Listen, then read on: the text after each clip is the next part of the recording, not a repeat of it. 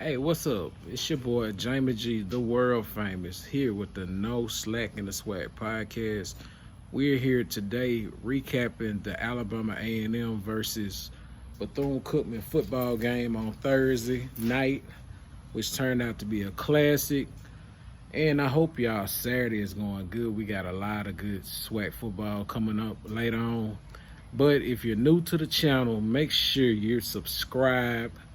Make sure you know the notification bell on. Make sure you comment and share this video. I'm gonna be dropping a lot of content over this SWAC football season, and I hope you enjoy. But I ain't gonna hold you up too long, so let's get to it.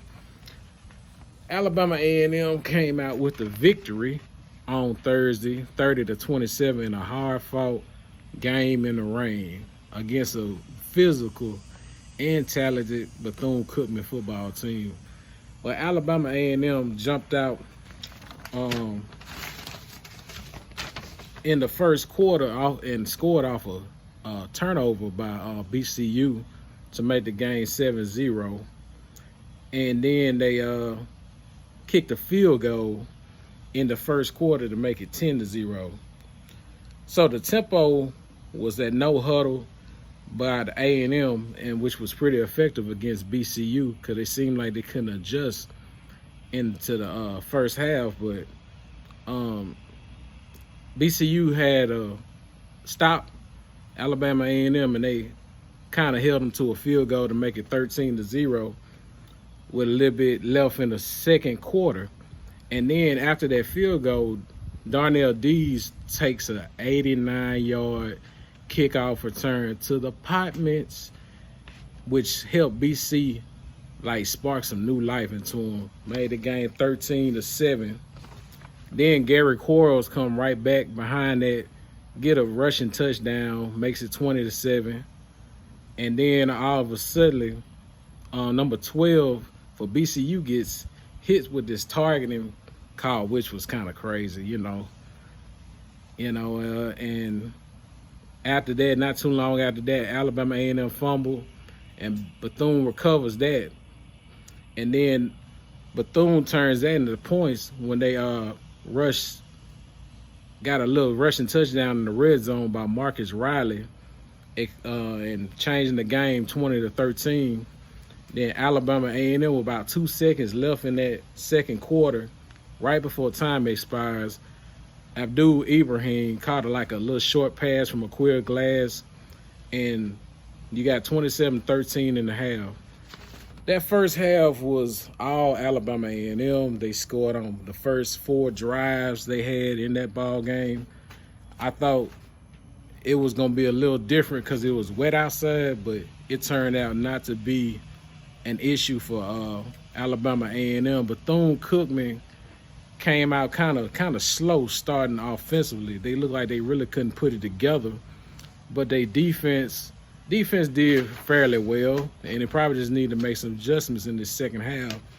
But Gary Quarles was the player of the half, man. That dude was doing it all that first half, man. Running, catching, blocking, everything. He really held it down for the Bulldogs in that first quarter.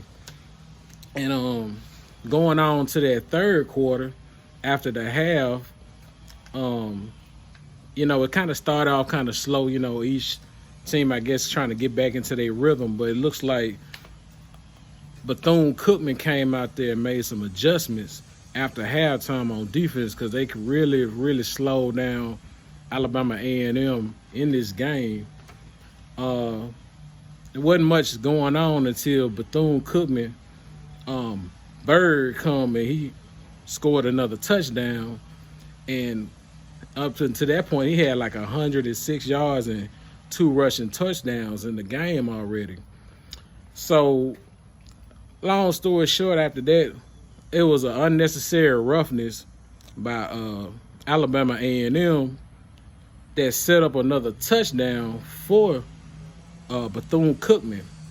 And it seemed like Bethune started kind of slowing the tempo, kind of keeping running the clock a little bit, you know what I'm saying, kind of slowing the game, and I guess they were running the football a little bit more, and kind of trying to probably a little keep away from Alabama A&M's offense.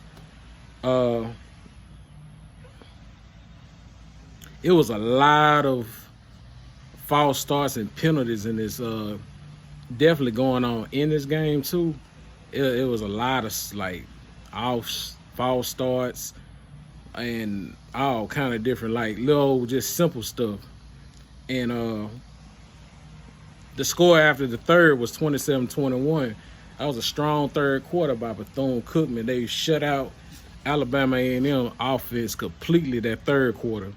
But, you know, fourth quarter comes out, the beginning of the fourth, Spencer Corey hits a 43-yard field goal to make the game 30-21.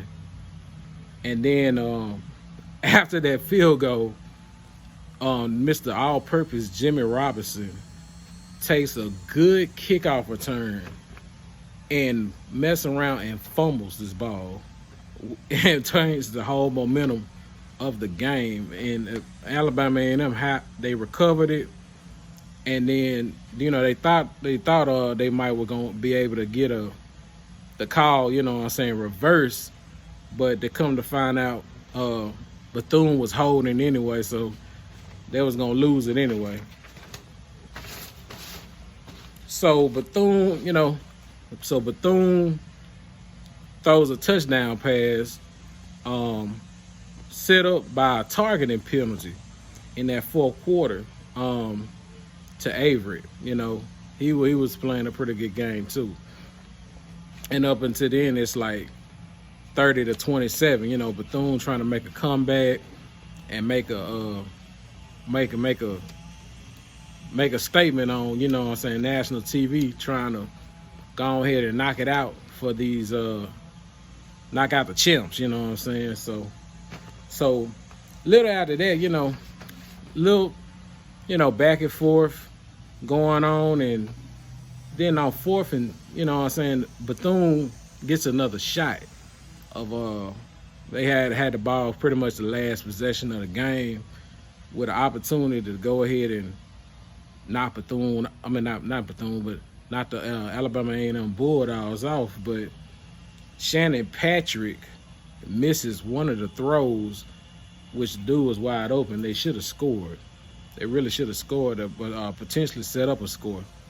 But end up throwing an interception the next drive, and basically they nailed the head in the coffin, man. You know, they just begged just to run out the clock and nearly in a ball game. You Alabama A&M Bulldogs survive a potential shocker. And the line in this game was Alabama A&M was a 4.5 point favorite in this game, and the over-under was 70. I had picked Alabama A&M actually in this to win this game, but I thought it was gonna be real close because I knew Cookman's defense was going to be stout.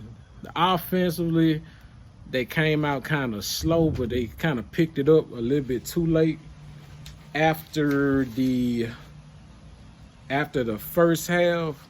But if they would have been able to get clicking, they could have won this ball game. But, you know, Bethune is definitely going to be a team to look out for in the SWAC, because they're going to be out there looking for blood. They definitely going to be one that's going to give a lot of teams some headaches. And Alabama A&M going to have to make some adjustments, definitely on that defensive side of the ball, if they think they're going to make a run for the championship. But offensively, they clicking pretty good. Aquil Glass had went for 22 of 35 or 234, 2 touchdowns, but he made a couple throws that was kind of suspect. I almost could have had a couple picks in this game. And also he had missed a lot of guys that was wide open, and he threw them a lot of short. But mainly, to me, I think Gary Quarles was the pretty much probably think he could have been possibly the player of the game for A&M. He had 27 carries for 101 yards and 1 touchdown. Quentin Hilaire led in receiving with 7 receptions and 69 yards. Alabama A&M did a pretty good job spreading the ball around and using all their receivers, which they deem call themselves the Outlaws. They have a pretty good receiving core, probably might be one of the best in the SWAC. And they have some real good skill players as well. On the other side of the ball, Shannon Patrick, he went 17 of 31 for 221, 1 touchdown, and he threw 2 interceptions. But that's, a lot of people might look at like he had a bad game. Yeah, it was, but but it being wet, it might would have been a little different if they were able to get that offense going, because he's a pretty decent quarterback.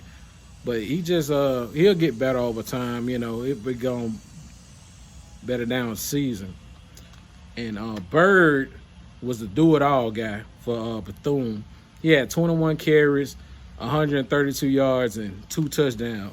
With stats like that, he might be the SWAC newcomer of the week, or maybe the SWAC offensive player of the week. Those were some good numbers. He really had a real good game. And Avery had 3 receptions and 64 yards and a touchdown for Bethune on the receiving. Both teams had a combined total number of penalties was 25 was called in this game. It was a lot of flags being thrown in this game, and it was just wild. For Alabama A&M had 11 penalties for 91 yards, and Bethune had 14 for 144 yards. And see, a lot of them penalties changed a lot of things in this ball game. But going forward, they had to clean up these penalties and play better. Time of possession was another thing I noticed in this game. Bethune-Cookman had the ball 53 minutes and 55 seconds in this game. That was a long time. That second half, they kept it. They definitely kept it long in that second half because they kind of slowed down Alabama A&M's offense and kind of played it more toward the style of football they like. And A&M only had 32 minutes and 45 seconds. And another key thing in this game was the turnovers by Bethune-Cookman. They had 3 to Alabama A&M's 1 turnover. So, you're not going to win many ball games when you're turning the ball over like that. And, this turned out to be a really good game. I think both teams need to go back to the drawing boards, find out what works for them and how they can get better. And they probably going to be 2 teams that's going to be maybe in the contention for the East, Alabama A&M already starting off good because they won the East game. It was an East game for both teams, and this was Bethune-Cookman's debut into the SWAC, which they almost could have potentially won, because at one point of the game, I know they tried to go they scored, and they got a 2-point conversion, but they scored again, and I wonder why they didn't kick the extra point, and then when they set up and got into like the 30-yard line, they might could have kicked the field goal and actually won this game. So I wonder what Coach Terry Sims was doing for Bethune-Cookman when it came to that. I wonder. I'm kind of wondering what he's going to say on the conference call Monday, and we're gonna find out more of what transpired with all that. But it was definitely a good game. Definitely a good game. Well, I hope y'all enjoyed this review and this recap. Also, remember to like, share, and also comment. Let me know what you think about this game. And, I like to hear from y'all. And I definitely appreciate the support that's on this channel. It's growing. I want to be on track. I want to hit 1,000 subscribers. And I want to definitely make this a large channel and with a large following, because the HBCU sports need this coverage. And hopefully, with other podcasters and content creators that we could really shine a light for the HBCUs. But man, make sure you like the video, make sure you comment, subscribe, make sure your notification bells is on, because later on I will be dropping my SWAC on the stat line picks for week 3. We at week 3, y'all. We're rolling in this SWAC season, so hopefully we get some good football tonight. The main game tonight, I think everybody's going to be looking at, is the Jackson State ULM game. ULM is favored by 6 points. No, not 6 points. I think it's 20. Excuse me. I think it's 24.